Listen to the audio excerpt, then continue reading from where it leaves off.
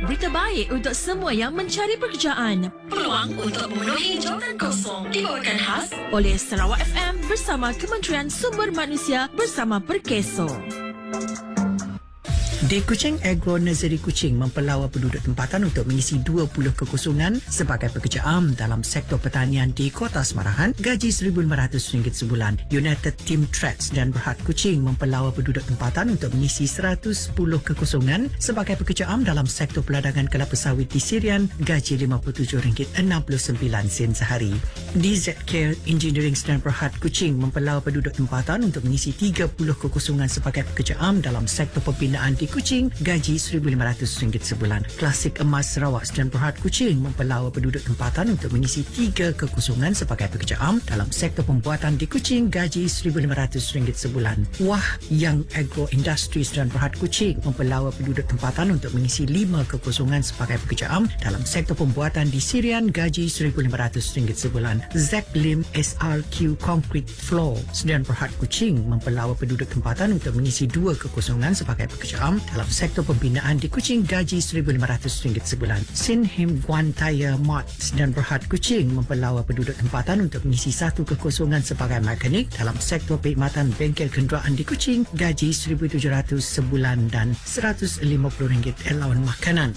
Semarahan Plantations dan Berhad Kuching mempelawa penduduk tempatan untuk mengisi 20 kekosongan sebagai pekerja mahir dalam sektor peladangan kelapa sawit di Sirian, gaji RM1,500 sebulan.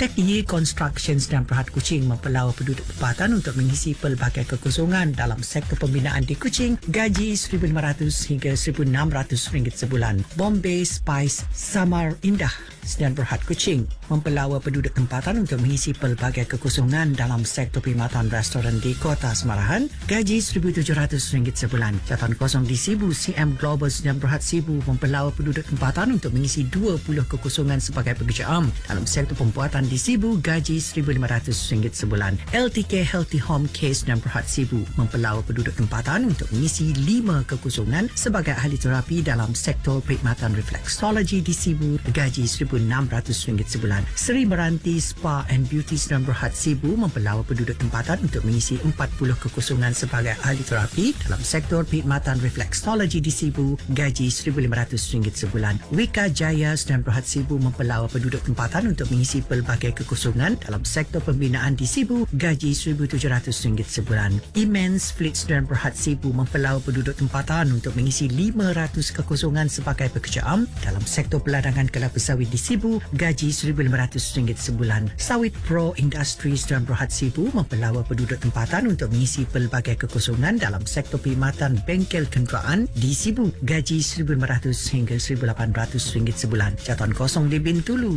Cafe Citra Rasa dan Berhad Bintulu mempelawa penduduk tempatan untuk mengisi pelbagai kekosongan dalam sektor perkhidmatan kedai catering di Bintulu, gaji RM1,500 hingga RM1,800 sebulan. Catatan kosong di Miri, Antiara Jaya dan Berhad Miri mempelawa penduduk tempatan untuk mengisi 4 kekosongan sebagai pekerja am dalam sektor pembinaan di Limbang, gaji RM58 sehari. LS Survey Consultants dan Berhad Miri mempelawa penduduk tempatan untuk mengisi 20 kekosongan sebagai pekerja am dalam sektor pengukuran tanah di Miri, gaji RM1,500 sebulan. Untuk maklumat lanjut, sila hubungi pejabat Perkeso yang terdekat atau mendaftar di portal pekerjaan Kementerian Sumber Manusia di bawah silian Perkeso, iaitu My Future Jobs. Berita baik untuk semua yang mencari pekerjaan. Peluang untuk memenuhi jawatan kosong dibawakan khas oleh Sarawak FM bersama Kementerian Sumber Manusia bersama Perkeso. Rancangan iklan jawatan kosong My Future Jobs ini diterbitkan oleh Unit Pemasaran, Promosi dan Kawasalia RTM Sarawak dan My Future Jobs Broadcast Center.